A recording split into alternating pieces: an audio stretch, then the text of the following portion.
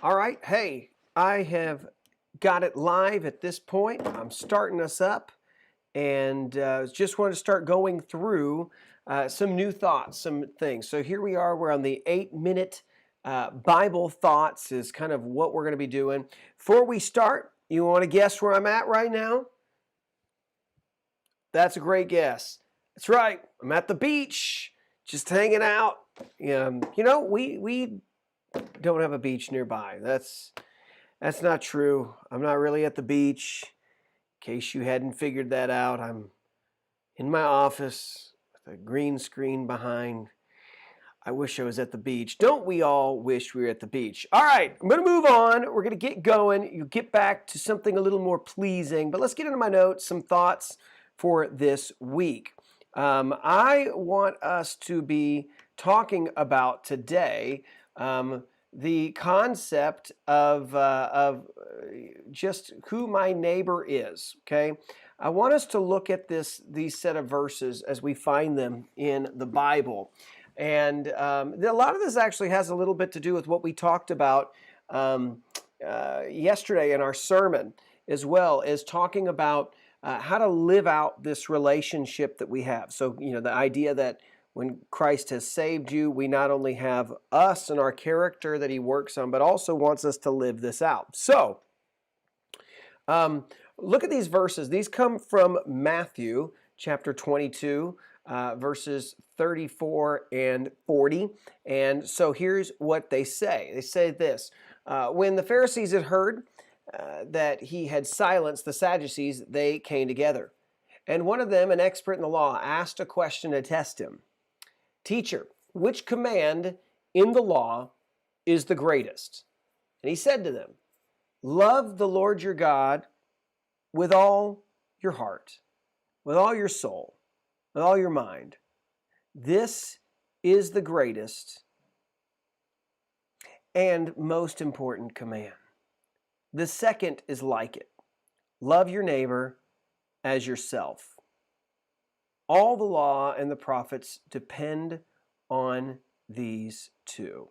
So here's the thing I want us to be thinking about, right? So you read this, and obviously Jesus has been tested to say, what are the most important commands? And so as he is being asked what the most important commands are for him, you begin to see that he responds by saying it's to love the Lord your God with all your heart, with all your soul, all your mind. So that's the first idea, right? Is that you need to love God and you need to follow him. And so there's that piece that we talk about, that relational piece.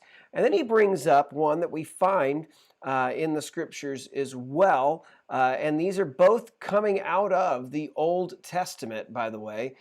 This idea, notice what he says here: love your neighbor as yourself. And that comes from Leviticus chapter 19.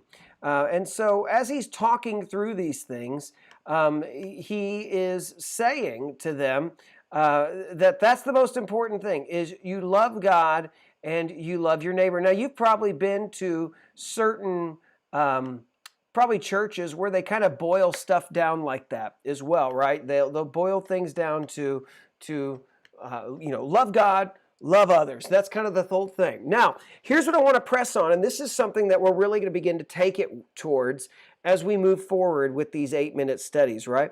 I want you to ask the question of not only who is your neighbor, right? Because Jesus answers that question of who my neighbor is by giving the answer of the Good Samaritan. So really the neighbor is anyone. But I want us to think as Christians. If you're watching this and you're a Christian, who is your closest neighbor?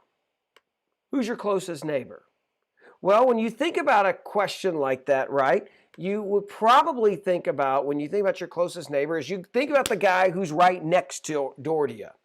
And so when we think about neighbors, then we probably think about, okay, well, I got to think about my workplace, and I got to think about, my neighborhood and all that. Those are all good answers, right? Those are close neighbors.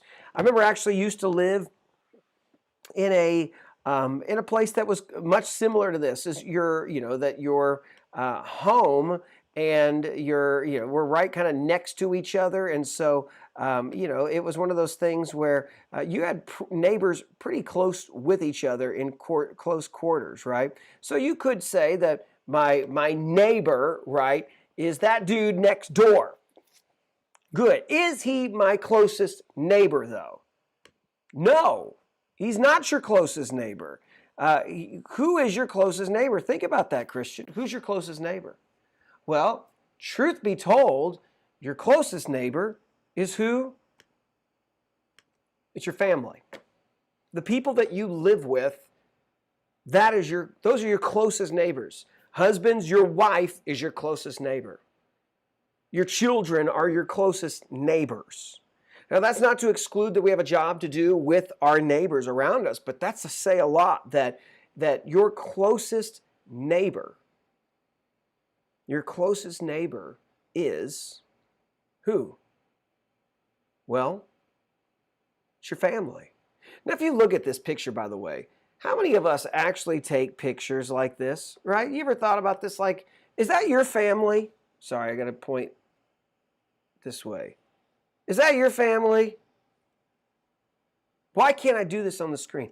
It's not my family. Like, how many times do you hold hands and you walk? Like, that's a classic, like, you got a photographer back there snapping photos, getting the classic family. I mean, the reality is, when we think of love, my closest family is, we think as, you think that this is what it should be, but the reality is that's not it. This is my closest family, right? My family. So I want to ask, are you living out what Christ has done for you amongst your family members? Are you living out Jesus towards your wife? Wives, are you living out Jesus towards your husband? Are you living out Jesus towards your children? Are you beginning to love on them in a way and teach them and point them to? Are you doing that? See, over the next few weeks, and even right now, if you look at what's going on with our Vacation Bible School madness, VBS madness, they're little devotional packets right now, and they're wanting families to go through this stuff with their kids. Part of that is loving your neighbor, is doing that, is going through this stuff. So that loving your neighbor principle is a great principle for all of us to have, and we need to do that, and we need to invest in people, but we should never neglect loving on these people and these guys. And beginning to ask and look at your own family as the place where this is worked out. If I love God first and foremost, that is necessarily going to be where I'm going to start living this out amongst my family. And so it starts with the family. So what you're going to see is a lot of themed things coming out like this soon enough. But it's never too late to start this out. And if you don't have a family with you, maybe you live alone, guess what?